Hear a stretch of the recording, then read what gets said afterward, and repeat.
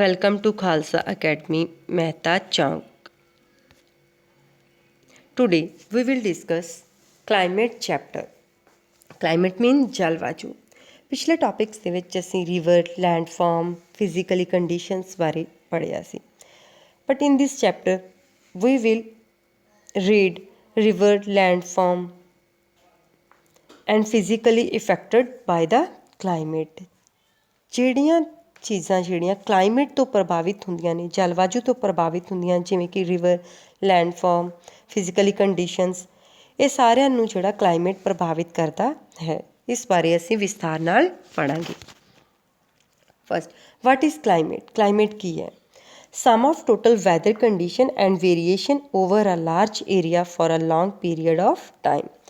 ਕਹਿੰਦੇ ਵੈਦਰ ਦਾ total sum up and there are so many variations over large area for the long period। ਲੰਬੇ ਸਮੇਂ ਦੇ ਲਈ ਜਿਹੜੀਆਂ ਵੈਦਰ ਦੇ ਵਿੱਚ ਜਿਹੜੀਆਂ ਚੇਂਜਸ ਹੁੰਦੀਆਂ ਨੇ, ਵੇਰੀਏਸ਼ਨ ਚੇਂਜਸ ਹੁੰਦੀਆਂ ਇੱਕ ਏਰੀਏ ਦੇ ਉੱਪਰ, ਉਹਨਾਂ ਨੂੰ ਅਸੀਂ ਕਲਾਈਮੇਟ ਦਾ ਨਾਂ ਦਿੰਦੇ ਹਾਂ। Weather state of atmosphere.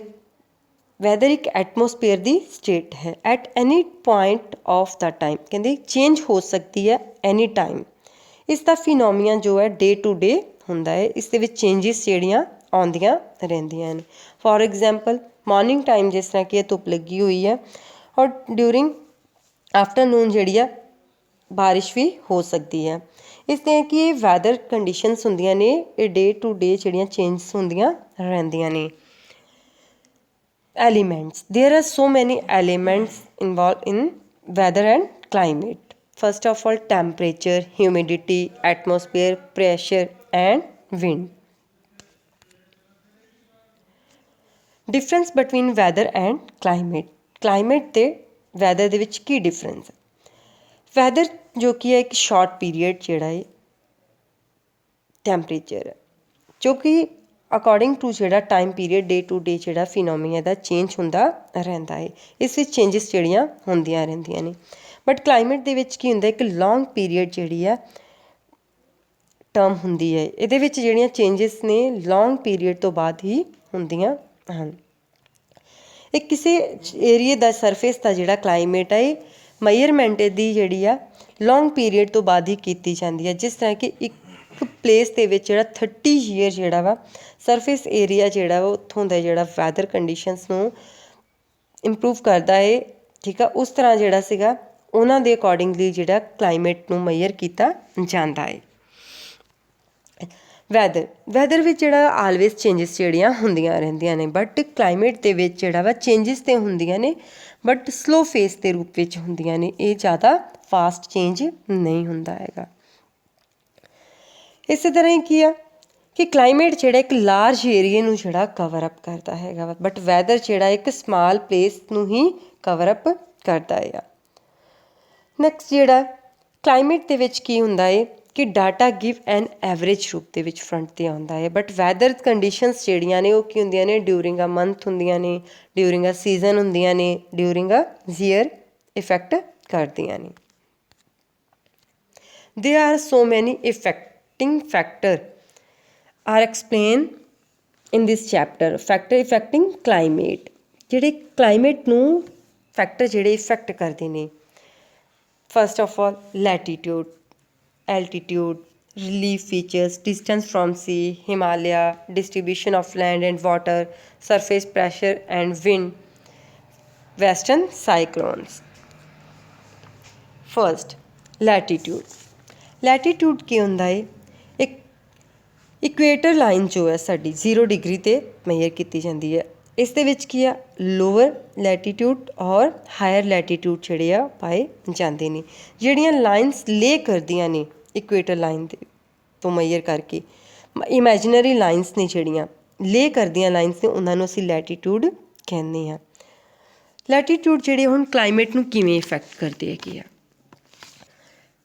ਜਦੋਂ ਕੀ ਆ ਸਨ ਦੀਆਂ ਰੇਸ ਜਿਹੜੀਆਂ ਨੇ 0 ਡਿਗਰੀ 'ਤੇ ਉੱਪਰ ਜਿਹੜੀਆਂ ਪੈਂਦੀਆਂ ਨੇ, ਇਕੁਏਟਰ ਲਾਈਨ ਦੇ ਉੱਪਰ ਜਿਹੜੀਆਂ ਉਹ ਪੈਂਦੀਆਂ ਨੇ।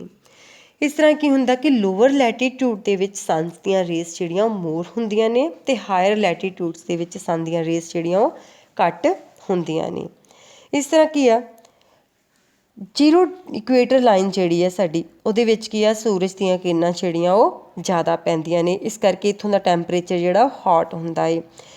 ਇਸ ਤੋਂ ਇਲਾਵਾ ਜਿਹੜਾ ਨਾਰਥ ਪੋਲ ਔਰ ਸਾਊਥ ਪੋਲ ਦੇ ਵਿੱਚ ਜਿਹੜੇ ਆ ਇਹਦੀਆਂ ਜਿਹੜੀਆਂ ਸੂਰਜ ਦੀਆਂ ਕਿਰਨਾਂ ਜਿਹੜੀਆਂ ਉਹ ਘੱਟ ਪੈਂਦੀਆਂ ਨੇ, ਇਹਨਾਂ ਦਾ ਜਿਹੜਾ ਟੈਂਪਰੇਚਰ ਜਿਹੜਾ ਏ ਉਹ ਕੀ ਆ ਘੱਟ ਹੁੰਦਾ ਏ। ਇਸ ਤਰ੍ਹਾਂ ਕੀ ਹੈ ਇਹਨਾਂ ਏਰੀਆ ਦੇ ਵਿੱਚ ਪੋਲਰ ਕਲਾਈਮੇਟ ਜਿਹੜਾ ਉਹ ਮੋਸਟਲੀ ਪਾਇਆ ਜਾਂਦਾ ਏ ਅਤੇ ਇਕੁਏਟਰ ਲਾਈਨ ਦੇ ਨੀਅਰ ਅਬਾਊਟ ਟ੍ਰੋਪੀਕਲ ਜਿਹੜਾ ਕਲਾਈਮੇਟ ਉਹ ਪਾਇਆ ਜਾਂਦਾ ਹੈ।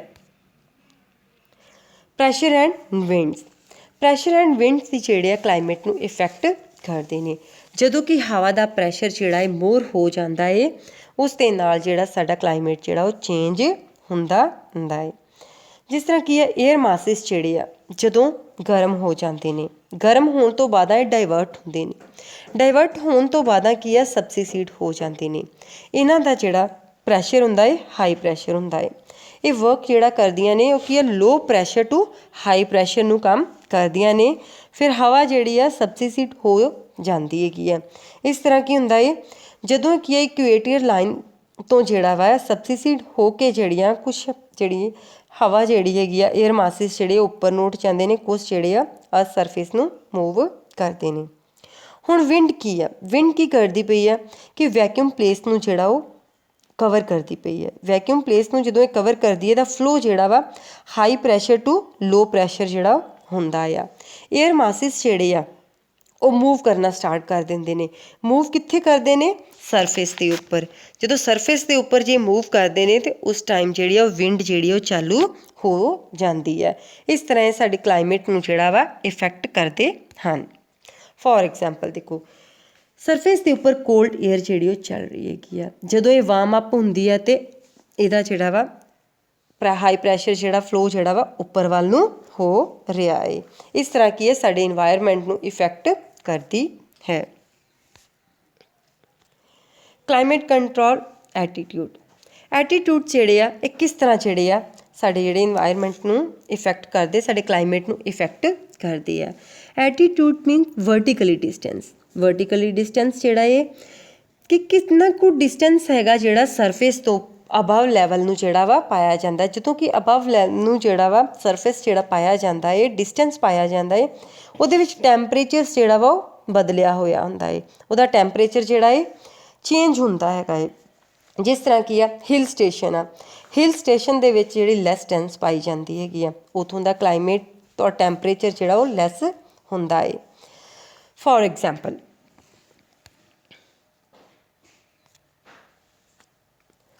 ਜਿਸ ਤਰ੍ਹਾਂ ਕੀ ਆ ਮਾਊਂਟੇਨ ਨੇ, ਹਿਮਾਲਿਆ ਦੇ ਮਾਊਂਟੇਨਸ ਨੇ। ਹਿਮਾਲਿਆ ਦੇ ਮਾਊਂਟੇਨਸ ਜਿਹੜੇ ਆ ਉਹ ਕੀ ਨਾਰਥਨ ਪਾਰਟ ਦੇ ਵਿੱਚ ਪਾਏ ਜਾਂਦੇ ਨੇ।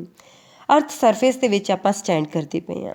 ਜਦੋਂ ਆਪਾਂ ਅਰਥ ਸਰਫੇਸ 'ਤੇ ਪਲੈਟਿਊ 'ਤੇ ਸਟੈਂਡ ਕਰਦੇ ਉੱਥੋਂ ਦਾ ਟੈਂਪਰੇਚਰ ਜਿਹੜਾ ਅਲੱਗ ਹੋਏਗਾ।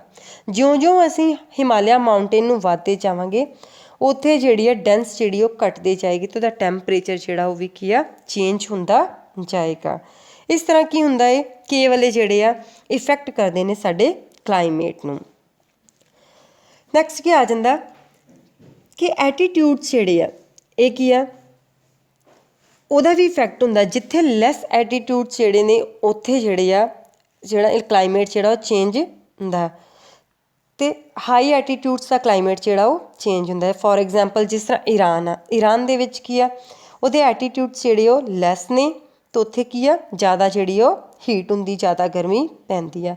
ਇਸੇ ਤਰ੍ਹਾਂ ਦੂਜੀ ਸਾਈਡ 'ਤੇ ਹਿਮਾਲਿਆ ਦੇ ਜਿਹੜੇ ਆ ਐਲਟੀਟਿਊਡਸ ਜਿਹੜੇ ਨੇ ਉਹ ਕੀ ਉੱਚੇ ਹੁੰਦੇ ਨੇ ਅਤੇ ਉੱਥੇ ਜਿਹੜੀ ਆ ਵੱਧ ਠੰਡ ਪਾਈ ਜਾਂਦੀ ਆ।